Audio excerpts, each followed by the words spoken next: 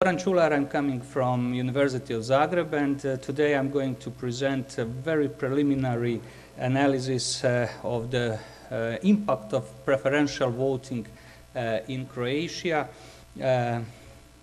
which was introduced for elections for European Parliament first time in 2013 and then applied also for national elections in 2015. So if we are talking about the impact of personal vote generally, then we can talk about two things. Institutionally, we can talk about different level of incentives, institutional incentives for voters to vote for candidates.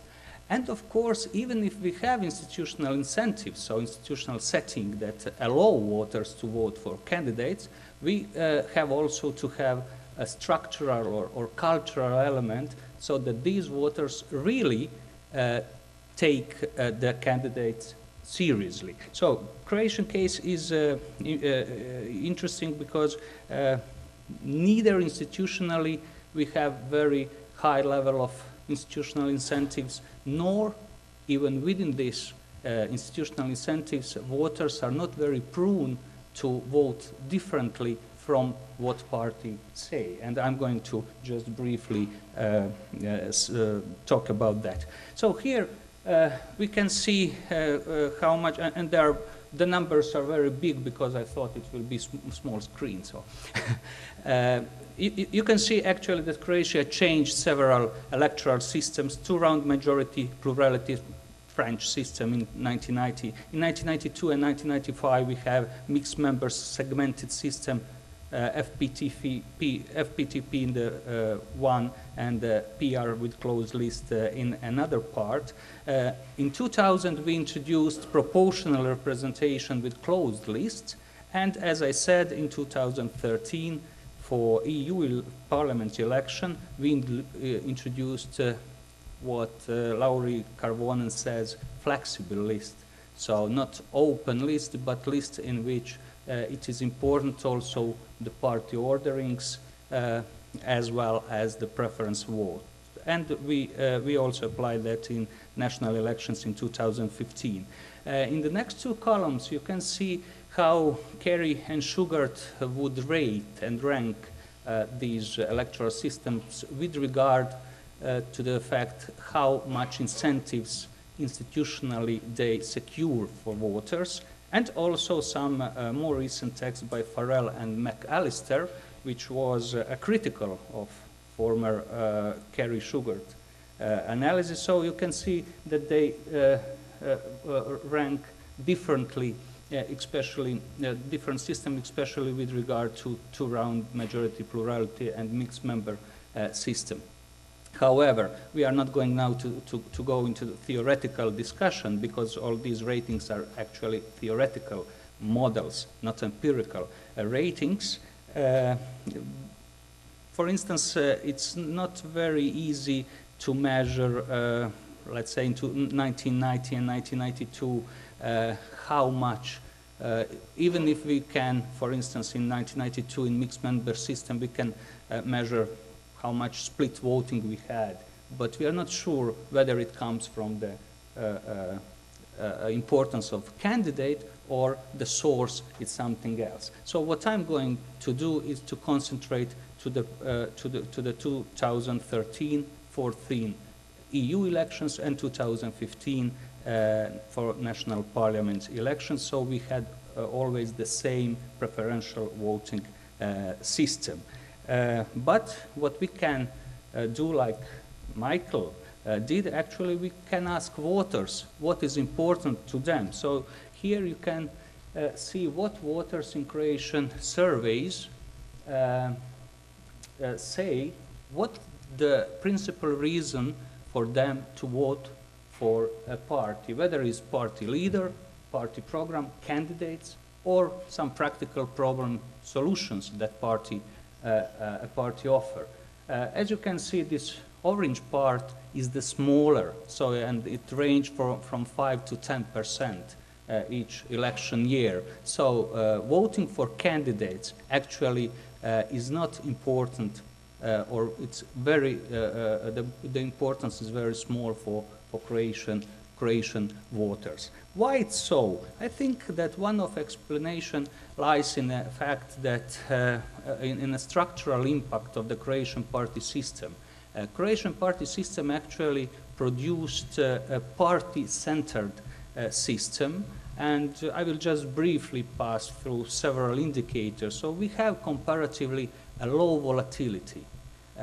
With the average of 21%, of course, it's high from the Western standards, but in East Central Europe, it's one of the lowest together with Slovakia, I think. Then in Croatia, we have very strong cleavage-based party competition, which by definition make parties stronger than candidates. We have also a rather high level of party identification, especially with regard to our two main political parties, HDZ on the right side and SDP on the left side. It's very interesting that nationally relevant parties in Croatia control very much of the local elections and candidacy. 80% of candidates and lists in all local elections in 556 municipalities and cities are actually endorsed by nationally relevant political parties. And they gain 90% of altogether vote at local level. And also very limited, we have very limited success of independent candidates in national elections. However, if we look at presidential elections in Croatia, then we can see that Croatian voters actually, in presidential elections, dare to cast a ballot for candidate and not for the party. And we have several evidence for that. Since 2000, we didn't have a single election in which a candidate did not prosper without the party background. For instance, in 2000 elections, Stipe Mesić, former Croatian president, won. At that time, he was a candidate of party which had 2 MPs in the parliament, for instance. Then in 2005 elections, the third candidate, independent Boris Mikšić, got almost 18% in the first round. In the next elections, the second candidate, again independent, got almost 15% in the first round and almost 40% in the second. And in the last elections, we had also the third candidate, which came the third, Ivan Sinčić, who got 16% in the first round. So, as you can see, even without a backup by political parties in presidential elections, there is impact of the personal vote. But on the national parliamentary elections, it's not. So now I'm going to the preferential voting in 2013 to 2015. We introduced that in PR elections, and the very same model was introduced in 2015 for national elections. The model actually presumes that each voter has 2 votes.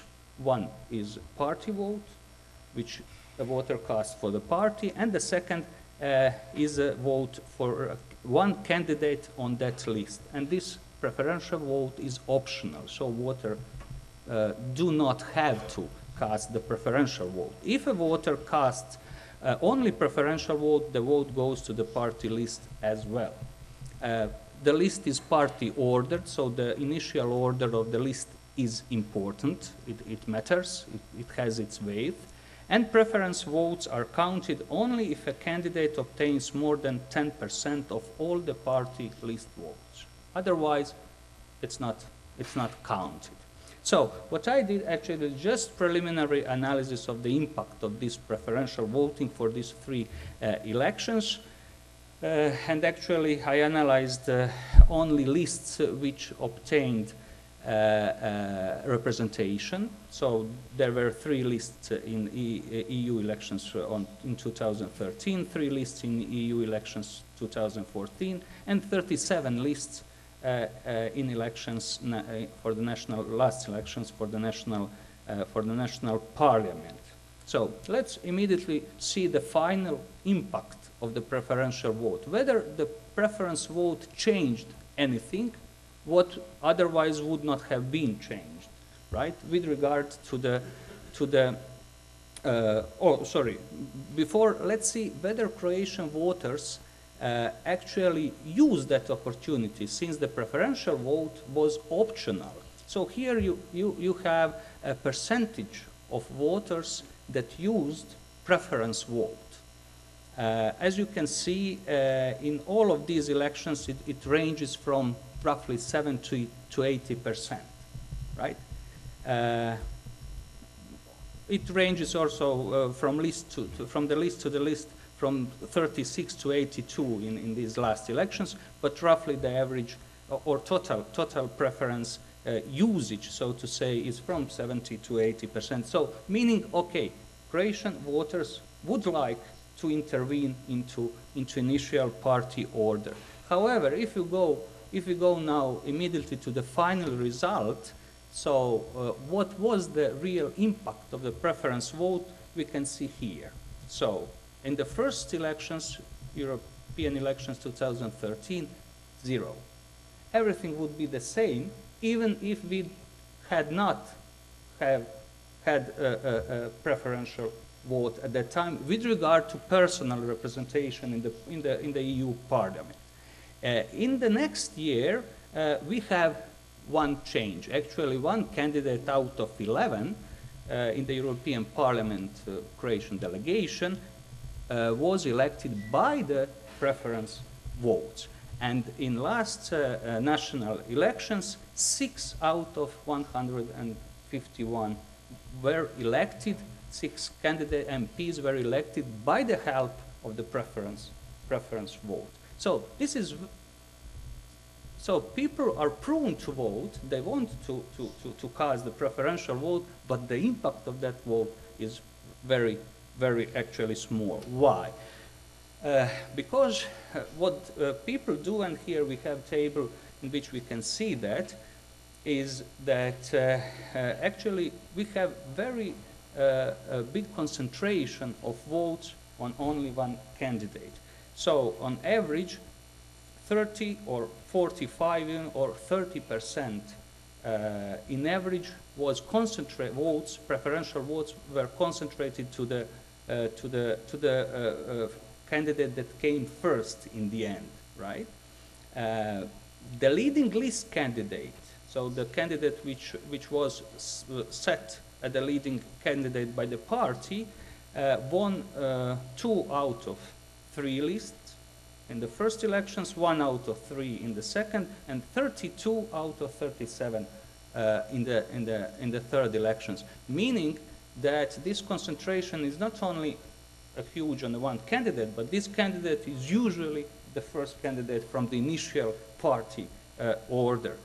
Then if you get this average number of candidates passing the 10% threshold, because otherwise these preference votes are not counted at all, then we see that on average, by list, 1.7, 1.7, 1.6 candidates actually pass the threshold, between 1 and 2 candidates on average. Let's say it's interesting in national elections 2015 that the range is from 0, so we had lists in which non-candidates got even 10% because we have 14 candidates on the list. So it's theoretically possible, and the most were 4 of them. So very small number of candidates actually passed the threshold because of this concentration on the one candidate. And finally, when we count how many candidates disturbed the initial order of party lists, we see that it was 2 out of 5, in the first 3 out of 5, and 17 out of 56. So there was the disturbance of the party list, but however, usually they were candidates which were placed anyhow on the top on the list. So my conclusion: preferential voting in Croatia has a very modest overall impact on personal representation, partly of of course, due to the limitation of the introduced model of preferential vote, and also even more, I would say, because of the structural reasons which we can see actually when we analyze how voters actually behave. Usually, they just